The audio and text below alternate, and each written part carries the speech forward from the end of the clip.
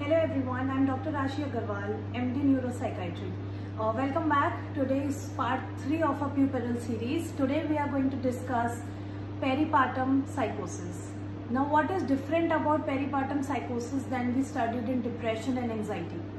First of all, the presentation of peripartum psychosis, the total prevalence in the community is very less.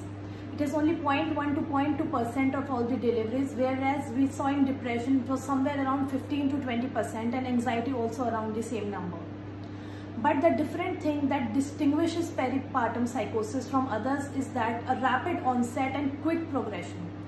In other illnesses, patients usually come late to the doctor, but in psychosis they present early within days of setting in and also complete flaring up. What is psychosis? Psychosis, as we know, is disorganized behavior, any auditory, visual hallucination, gross alteration in the mood status also. What is different more about peripartum psychosis is that there is gross change in the female functioning during a pregnancy or within the peripartum period to her postpartum period.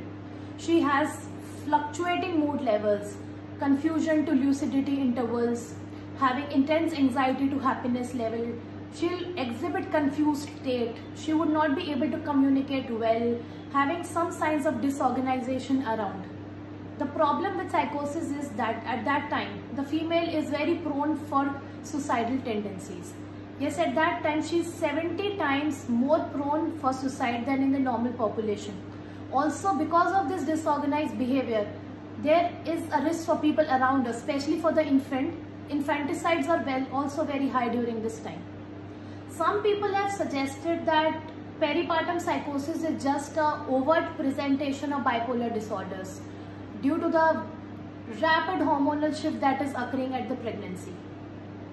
Even some have suggested that in the future, in the long run, when we see 70 to 80% of this peripartum psychosis would turn on to become any bipolar illness or schizoaffective illness, whereas somewhere between 12 to 15% will go on to become a schizophrenia later in life.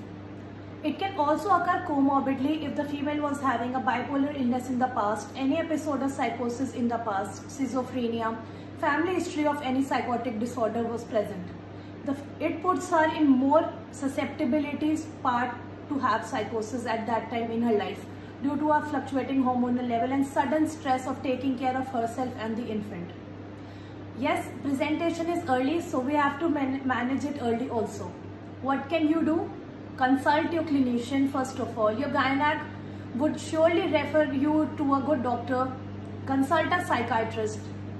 Starting the drugs early, it can be controlled very easily and so that it does not go on to become a very chronic psychotic illness. Together, when we are aware, we can bust mental health myths and also gain new information for uplifting our society as a whole. Thank you.